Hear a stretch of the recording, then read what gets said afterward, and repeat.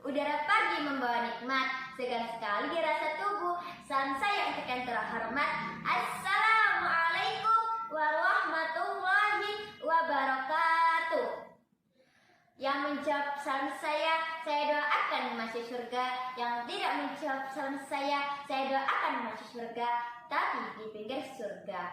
Saya ulangi lagi ya. Assalamualaikum warahmatullahi wabarakatuh. Alhamdulillahirabbil alamin. Assalatu wassalamu ala asyrafil anbiya'i wal mursalin wa ala alihi washabihi ajmain, amma ba'du. Pertama-tama marilah kita panjatkan puja dan puji syukur kita atas kehadirat Allah Subhanahu wa taala yang pada hari ini kita bisa berkumpul di tempat yang mulia ini. Salawat serta salam tak lupa kita sanjung agungkan suri tauladan kita yang telah membawa kita dari zamannya jahiliyah menuju zamannya terang dan menderang, dan tak lupa yang telah membawa kita dari zamannya onta menuju zamannya Toyota Avanza Yamaha, yakni Habibana wa Nabiyana Muhammad Sallallahu Alaihi Wasallam. Semoga kelak kita akan mendapatkan syafaatnya di yaumil akhir kelak nanti. Amin ya robbal alamin. Selanjutnya, izinkan saya Anggun Ekaryani menyampaikan sepatah atau dua patah yang insya Allah bermanfaat bagi kita semua, yang berjudul Selalu Menjaga Akhlak Mulia. Allah Subhanahu wa taala mengutus Rasulullah sallallahu alaihi wasallam datang ke dunia ini untuk memperbaiki akhlak manusia, dan Allah Subhanahu wa taala memerintahkan kepada kita semua untuk selalu berbuat kebaikan terhadap sesama, kepada kedua orang tua, teman-teman, kerabat, saudara, anak-anak yatim, orang-orang miskin, binatang dan sebagainya. Sebagaimana telah disampaikan dalam Quran surah Al-Baqarah ayat 83. A'udzu billahi minasy syaithanir rajim. Bismillahirrahmanirrahim. Wa idza aqadna mitsaqa bani Israil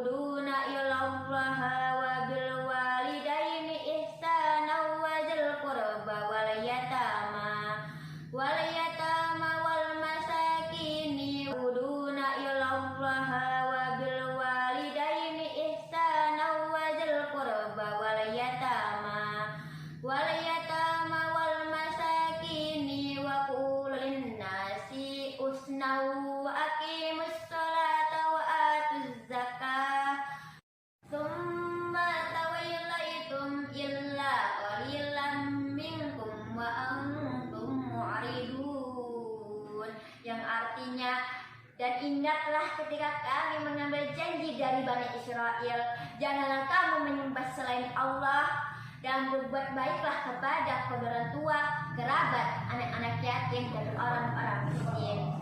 Dan bertutur katalah yang baik kepada manusia, laksanakanlah sholat dan tunaikanlah zakat. Tetapi kemudian kamu berpaling atau mengingkari, kecuali sebagian kecil dari kamu, dan kamu masih menjadi pembangkang.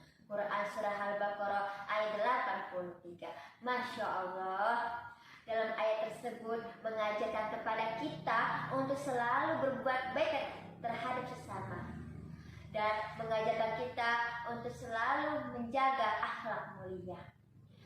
Para hadirin dan sahabat rahimakumullah, coba kita lihat sekarang banyak sekali tindakan-tindakan kejahatan, bahkan generasi kita pun melakukannya, seperti korupsi, pembohongan, perampokan, pembunuhan, joget-joget di depan kamera, tidak menggunakan pakaian syar'i, serta tindakan kejahatan lainnya. Tindakan-tindakan tersebut dapat terjadi karena perilaku atau moral yang ada pada diri pelakunya sudah tidak ada lagi. Bahwa dalam Al-Quran pun menyebutkan mereka itu ibarat seperti seekor binatang atau lebih buruk dari seekor binatang. Na'udzubillah min dzalik. Maka hanya dengan memiliki akhlak mulialah niscaya kemungkaran itu insya Allah akan hancur dan menjadi sirna. Para hadirin dan sahabat rahimakumullah, kita perlu mengingat di masa lampau bahwasanya para pejuang kita berjuang dengan darah dan senjata. Oleh karena itu, kita harus menghargai jasa-jasa mereka. Sekarang kita tidak perlu mengeluarkan darah, kita tidak perlu mengangkat senjata. Namun kita berjuang dengan otak kita, dengan segenap kemampuan kita, dan tentunya berlandasan Al-Quran dan hadis. Rasulullah SAW berpesan kepada umatnya, taraktu melakukannya, seperti korupsi, pembohongan, perampokan, pembunuhan, joget-joget di depan kamera, tidak menggunakan pakaian syar'i, serta tindakan kejahatan lainnya. Tindakan-tindakan tersebut dapat terjadi karena perilaku atau moral yang ada pada diri pelakunya sudah tidak ada lagi. Bahwa dalam Al-Quran pun menyebutkan mereka itu ibarat seperti seekor binatang atau lebih buruk dari seekor binatang. Na'udzubillah min dzalik. Maka hanya dengan memiliki akhlak mulialah, niscaya kemungkaran itu insya Allah akan hancur dan menjadi sirna. Para hadirin dan sahabat rahimakumullah, kita perlu mengingat di masa lampau bahwasanya para pejuang kita berjuang dengan darah dan senjata. Oleh karena itu, kita harus menghargai jasa-jasa mereka. Sekarang kita tidak perlu mengeluarkan darah, kita tidak perlu mengangkat senjata. Namun kita berjuang dengan otak kita, dengan segenap kemampuan kita, dan tentunya berlandasan Al-Quran dan hadis. Rasulullah SAW berpesan kepada umatnya, taraktu fikum amraini la tadillu ma tamassaktum bihima kitaballah wa sunnatah rasulih. Sesungguhnya aku telah tinggalkan padamu dua perkara, kamu tidak akan sesat selama berpegang kepada keduanya, yaitu kitab Allah dan sunnah Rasul.